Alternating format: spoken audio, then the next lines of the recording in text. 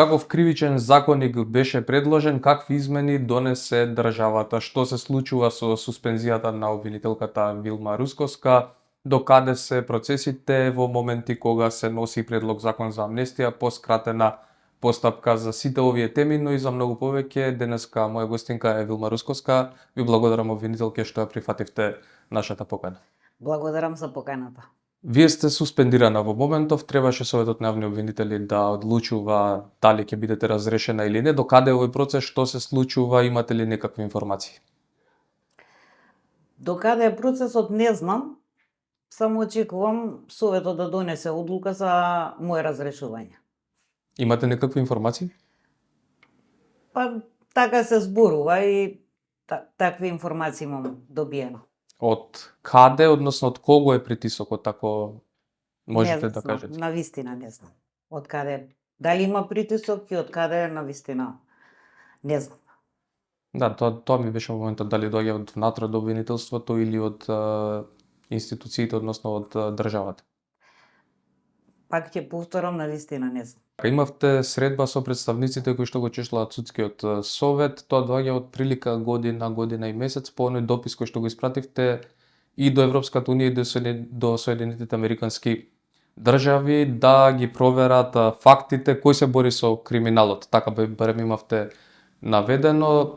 Што разговаравте со представниците?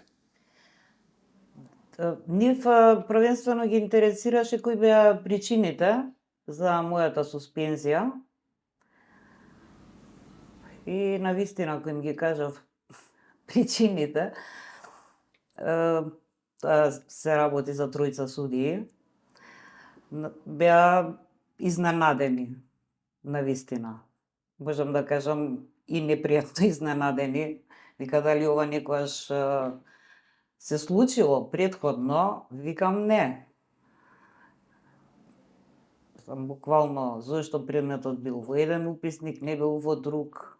Сум имала лично нешто против Арафат Муареми, дека сум го излажала судот за да даде наредба за претрес. Така да, мислам, беа непријатно изненадени од причините. Сепак,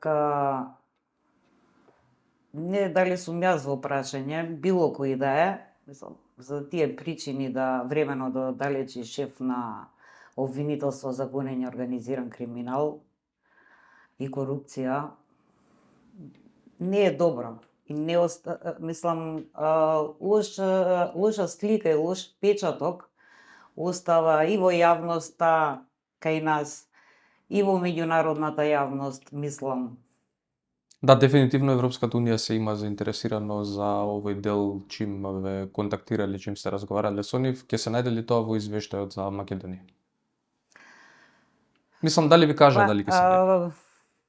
Мина го вестија дека ќе се најде.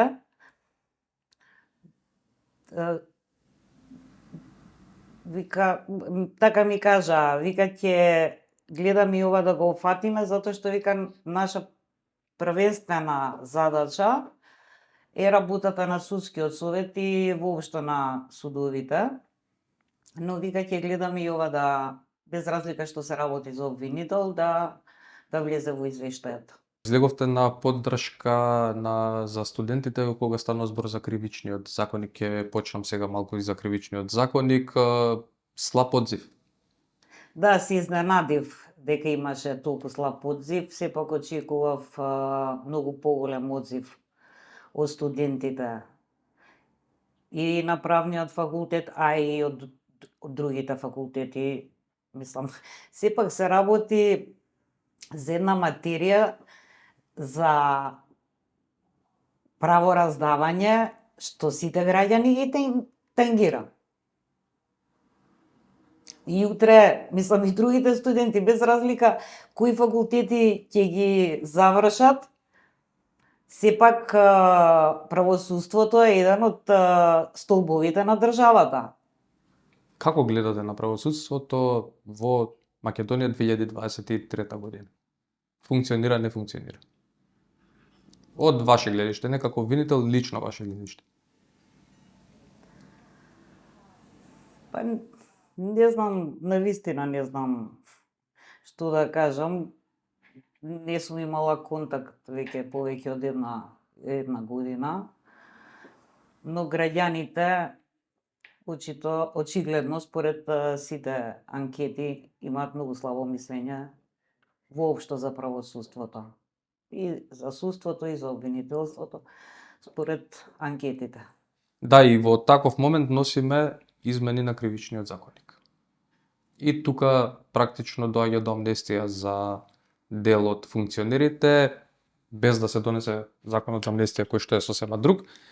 Извадив еден дел, се надам дека ќе го најдам, каде што имаме за ловење риба од 3 месеци до 3 години. Исто толку и за крадење на државни пари.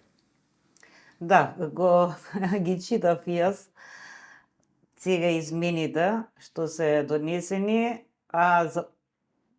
ако прочитате понатаму во тој истиот член за рибите, ќе најдете за помор на риби до 10 години затвор е предвидено. А со злоупотребата на службена и овластување се прави, ајде фигуративно да се изразам, помор на државата. А максималната казна е 5 години. Да не се разбереме погрешно. Мислам, апсолутно ја оправдувам казната за помор на риби. И треба да биде повисока. Да, го земав тој биде пример, висока. го земав тој пример затоа што е точно треба да биде казнето, но тука имаме казни кои што се далеку поголеми отколку за оние кои што ја плјачкаат државата. Така е. Тоа истото го делам вашето мислење, апсолутно. И сега кога вади Министерството за правда кој бил во тој тим, случајно или не, вади тим кој што правеше нов кривичен законник. Во измениве има еден дел, мислам дека или два, вметнати од тој нов кривичен законник. Другото, дали го носевте, дали го разгледувавте, што се случуваше? Не, јас бев во работната група, како што кажавте, која изготвуваше сосема нов кривичен законник. А ова сега што е донесено, тоа се само измени на постоечкиот кривичен законник. И мислам дека Министерството за правда требало да го објави списокот на тие што ги изготвуваа овие измени. А не да се покриваат позади работната група која работеше на нов кривичен законник. Например, и академик Камбовски беше во таа работна група. Јас кој што прочитав негова изјава, апсолутно не се сложува ни тој со овие измени. Сега, дали некој друг од таа работна група учествувал во измените сега што се донесени, тоа навистина не знам. И затоа пак ќе повторам, честно беше Министерството за правда да ги објави имињата и на работната група која учествуваше во изготвување на нов кривичен законник, но и работна група, претпоставувам дека имало, која ги изготвила измените на кривичниот законник. Сега овие измени на кривичниот законник дома предизвика бура од реакции, но имавме и од надвор бура од реакции. Тука се вмеша и Холандија, ми се чини. Мислите ли дека се европски овие измени? Прочитав изјава на вице-премиерот за европски прашања Маричич и он потврдува дека имал средба во таа изјава што ја прочитав, дека имал средба со холандскиот амбасадор и со представници од Хаг, кои изразиле голема загриженост и самиот вице-премиер кажа дека Кралството Холандија своето незадоволство и билатерално го искажало за разлика од другите земји членки на Европската Унија кои стојат застанале позади ставовите на Европската комисија. Да не заборавиме. Холандија беше меѓу последните држави која даде согласност Македонија да почне да го отпочне преговарачкиот процес. И тоа откако се донесе новиот закон за јавно обвинителство, дури тогаш ја дадоа согласноста. И дека е сето ова точно, говори и фактот дека Холандија ги стопираше средствата наменети за унапредување на работата, судовите, мислам и обвинителствата. Така да ние, според моje мислење, ова што го читам, што сепак следам изјави во врска општо со правосудство, со кривичниот законник, мислам дека ние ќе имаме сериозен проблем со Европа ако продолжиме вака. Добро, според она што сега се случува во Македонија со правосудството, ќе заглавиме на поглавието кое што прво треба да го отвориме. Да, тоа се поглавијата 23 и 24, владењето на правото и правосудството. Со нив се почнува преговарачкиот процес, со нив и завршува преговарачкиот процес.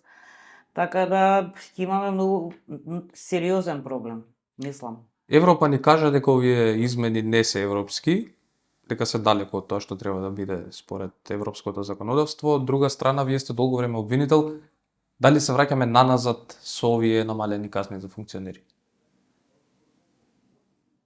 Па никогаш немало волку мали казни. Не можеме да се вратиме наназад. Значи ова е сосем ново. Немало никогаш. Само не знам сега точно која година беше метнат став 5, така што злоупотреба на средствата на буџет на јавни фондови и спротивно на закон за јавни набавки. Значи, казните биле сепак посериозни секогаш. И сега најнаш ги немаме тие казни. Не, сега воопшто го немаме на штета на буџетот и јавните фондови. Казните се тие што ги знае целата јавност. Да, и сега како вие како бивши челник на обвинителството за гонење организиран криминал и корупција би постапиле во случај да видите злоупотреба кога знаете дека и да се одолговлечи постапката кој што се одолговлекува по судовите, може додека да дојде до пресуда да дојде застарување, многу лесно. Точно така. Јас ја слушав и реакцијата на претседателката на Државната комисија за спречување корупција и она изрази страшно незадоволство и вика наместо да се зајакнат механизмите за побрзо завршување на предметите, вика се намалија казните за да добар дел од предметите може и да застарат. Од друга страна се скрати ова веќе, значи злоупотребата воопшто не е во надлежност на обвинителството за гонење организиран криминал и корупција, бидејќи ние бевме надлежни само за став 5. Фактички треба и од името да се избрише обвинителство за гонење организиран криминал и корупција, бидејќи веќе немаме можност да се бориме со корупцијата. Обвинителството ќе се сведе на предмети дрога, мигранти. Знаеме колку годишно имаме предмети за перење пари и други приноси од казниво дело. После тоа ќе испадне дека обвинителството не функционира како што треба. Да, ни се одзимаат ингеренциите. Да, на што се ќе влијаат овие измени во кривичниот законник? Ќе влијаат на многу предмети кои што ги отвори специјалното обвинителство, ќе влијаат и на многу предмети кои што ги отворивте вие.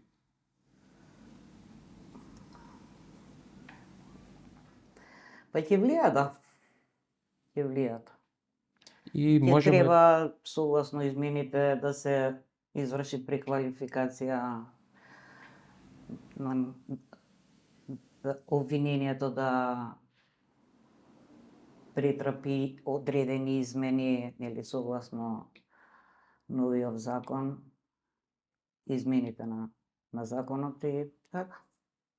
Да, и сега ако и бевме нација која што тргна да се бори со криминалот и корупцијата, ќе бидеме ли нација која што има крупен криминал, а нема механизми како да се справи со него?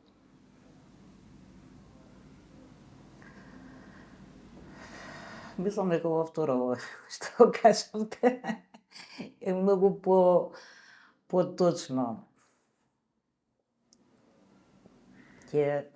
Ова нема механизми, јас и во едно друго интервју кажав, значи не ни се случува прв пат, кога беше приватизацијата,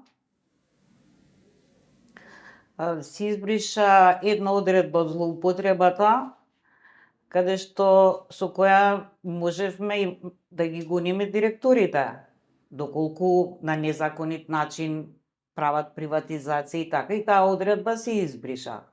Кога заврши приватизацијата, пак ја донесува одредбата. Така да овакви упади, мислам, се случувале. За жал не ни е прв пат, а мислам дека нема ни последен да ни биде. Добро, во политичкиот дел не навлегуваме, бидејќи имате Не, многу јас пати не кажано сум. дека не сте политичари, тоа е Така е, точно, да. вие сте си обвинител и обвинител кој што кажа, кога стапивте на функција пред 4 години, ми се чини. Пред 5 години, јас Пет. скоро година дена, нели во ноември лани беа изборите, колегата Абази. Ислам Абази кога беше избран, да. Да. Пред Вие пет- кажавте дека ќе 2018 јас бев избрана Да, во ноември, да. ноември 2018 и вие кажавте и тогаш и на неколку наврати после тоа дека ќе се борите актуелни функционери да бидат фатени во криминалот кој што го вршат. Успеавте да уловите неколку актуелни функционери, има и за нив постапки кои што уште траат и сега ќе добиеме и намалени казни.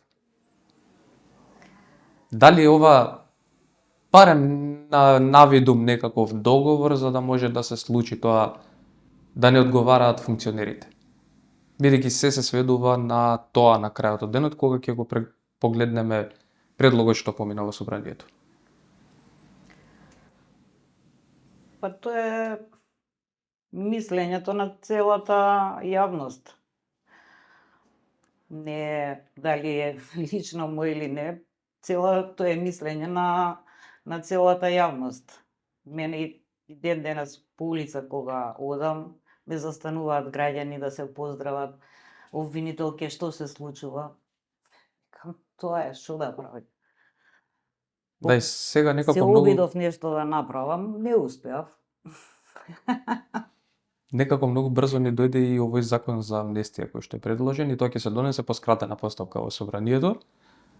Како гледате на овој предлог закон за амнестија? Па јас го прочитав, барем она што беше објавено од страна на Министерството за правда, го прочитав законот. Доста кривични дела и сторители на кривични дела нема да бидат пофатени за злоупотреба, за изборна измама и така. Има доста што се наброени кои не ги опфаќаат. Да, ма ти ги опфаќа кривичниот законник.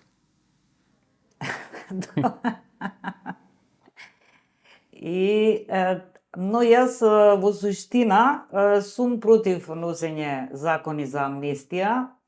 Ние имаме служба за пробација, еве на гледачите да им објасниме, што вршат контрола и надзор на осудени лица кои добили условен отпуст.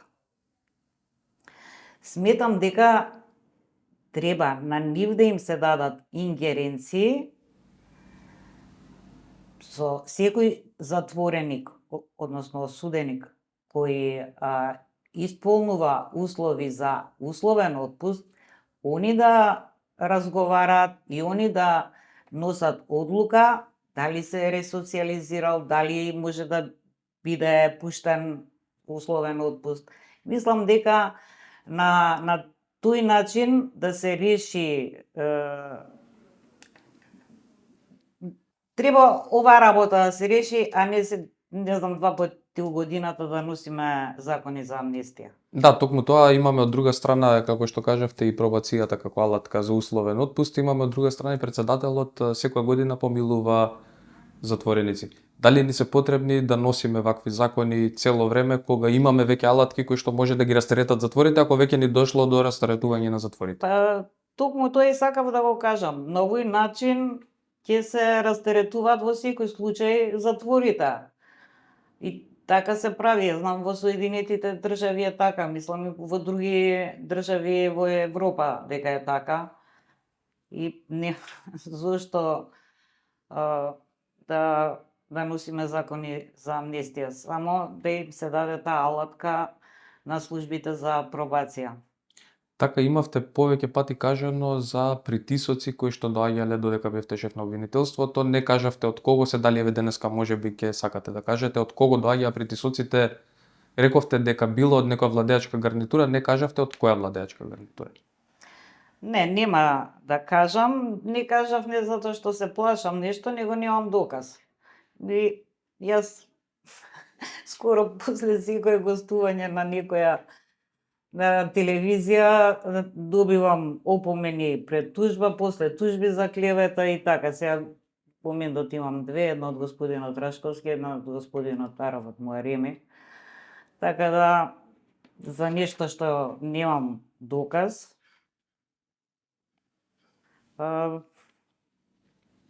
им кажав на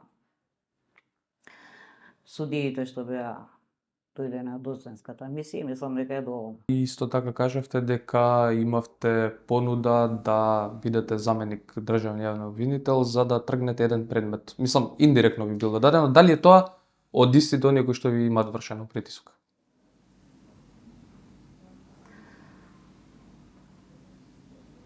Па да. Дали мислите дека ловењето на актуелни функционери ви пресуди за ова што ви се случува година и месец-два?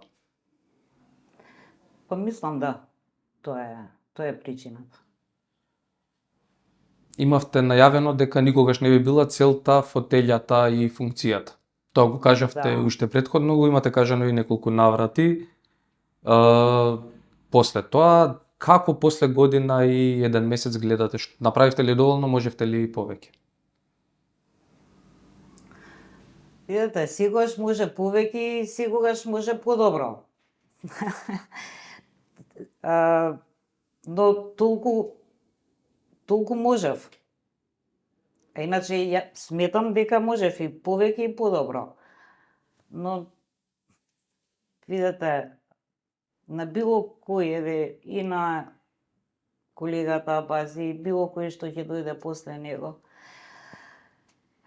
ќе биде доста тешко да постигне поголеми резултати кога судскиот совет ги бира обвинителите во секаде, вклучувајќи и во обвинителството за гонење организиран криминал и корупција. Мислам дека во тој дел треба да се сменат законите, да обвинител што е на чело на таа институција особено, бидејќи јавноста бара резултати од таа институција, да може, ако не своеволно, барем при бирањето од страна на Советот на јавни обвинители, неговиот збор да биде, неговиот нејзиниот, без разлика, да биде последен, да каже да, овие не. Мислам, така да јавноста знае. Колешка една и дадов негативна оценка. Советот ми ја врати оценка, да јас повторно дадов негативно, Советот и даде позитивна оценка и повторно е реизбрана. Така да... Како може да се случи да се сменат овие влијанија, бидејќи очигледно е дека има некакви интенции да враќате неколку пати негативна оцена да се добива назад тоа, за повторно да биде некој реизбран. Не е случај само во обвинителството за гонење на организиран криминал и во другите обвинителства. Како може да се решат овие работи?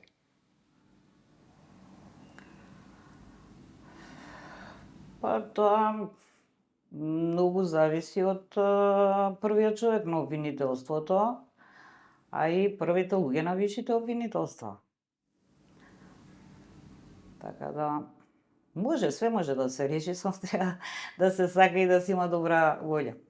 Имаме некаков впечаток сите добиено дека и Советот на јавни обвинители и Судскиот совет се како Бог, дека никој нема над нив. Треба ли да почнат да реферираат пред некого, особено да бидат оние кои што ќе можат да бидат избркани, распуштени, затоа што еве конкретно во Судскиот совет гледаме што се случува, бидејќи јавно се случува тоа.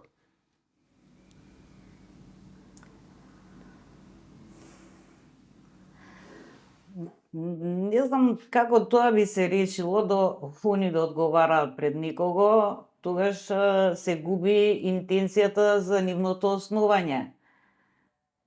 Да бидат независни, непристрасни.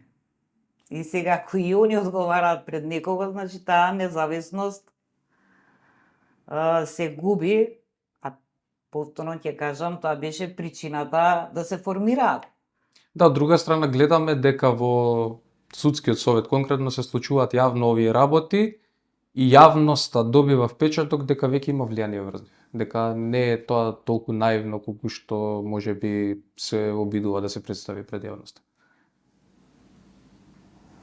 Добро, стварно, не би сакала да ги коментирам случувањата во Судскиот совет, а за Обвинителскиот совет не смеам, бидејќи нели според законот што си го изгласа, веднаш може да ми пред етичкиот совет да побараат одговорност. Не само јас, него еве било кој колега не сме да ги коментира одлуките и постапувањата на Советот на јавни обвинители. Воспротивно, ќе повторам, ќе заврши пред етичкиот совет. Оддалечена сте од функцијата, меѓутоа можете да гледате во јавноста излегуваат информации за јавното обвинителство за гонење на организиран криминал и корупција, како го водевте вие, како го води Бази според вас? Можете ли да дадете една оцена вака? Не. Како? Не би дала јас, не ни место, нити е етички, нити е никако за да јас давам оценка. Оценката си ја дава јавноста. Таа треба да каже. Така. Јас иначе имам одлични, мислам, односи со Абази, стварно не можам се што Колеги ги- обвинители сте тоа. Како колега е многу коректен, многу, мислам, фин. Стварно не можам за човекот еден збор лош да кажам, а неговата работа треба граѓаните да ја ценат. Имаше еден период кога се зборуваше дека Вилма била блиска со Камчев, па затоа се спогодила, па Мијалков се појавил кај Вилма додека бил избеган. Еве, платија двајцата, одлежаа помала затворска казна. Дали мислите дека овој систем би требало да функционира и за сите други така, односно да се влеат пари во буџетот на име на помали затворски казни? Така, прво да кажам, јас повеќе пати сум демантирала, никогаш не сум била блиска со Камчев. Никогаш не сум била блиска со Сашо Мијалков. Еве, некој нека каже дали со едниот или со другиот ме видел да седнам, да пијам кафе или било што. На страна тоа, моето мислење за сите предмети од економски криминал. Мене лично секогаш ми било битно парите да се вратат. Дали некој ќе оди во затвор, дали нема да оди, не ми било толку важно и битно. Пак ќе повторам, парите да се вратат назад во буџетот, од каде што се земени. Када затворските казни се тие, че јас уште еднаш сакам да повторам, јас нити потпишав спогодба, нити дадов согласност. Чи по процедура, барање согласност, значи, републичко обвинителство, републичкиот обвинител треба да даде согласност. Барањето согласност го потпишува надлежниот обвинител и шефот на обвинителството, односно тогаш јас, како втор потписник.